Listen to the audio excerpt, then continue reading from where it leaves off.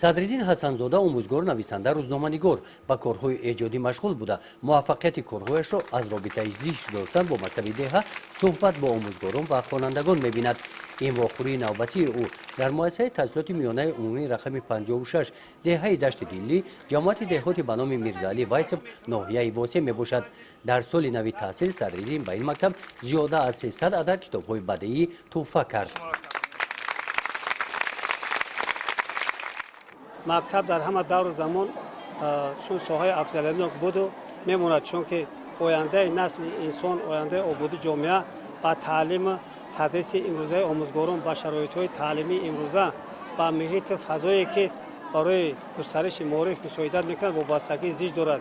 шукри худо ки дар таи солҳои истиқлолӣ хеле ки аз сафарҳои ҷаноб болӣ ба ноҳияҳои Ховалинг, Мастчои Кӯҳӣ, Хуҷанд дигаро мо мушоҳида мекунем даҳҳо мактабҳои нав замонавӣ сохта ба истифода дода шуданд ва қариб ки дар кишвар мактабҳои кӯҳна намонданд ё ки монда бошанд ангушшуморанд ки онҳо ҳам ба он ибтикороте ки сарвари давлат гирифтааст мо умед мебандем ки дар солҳои наздик ин мушкилиҳо ҳам ҳал мешавад.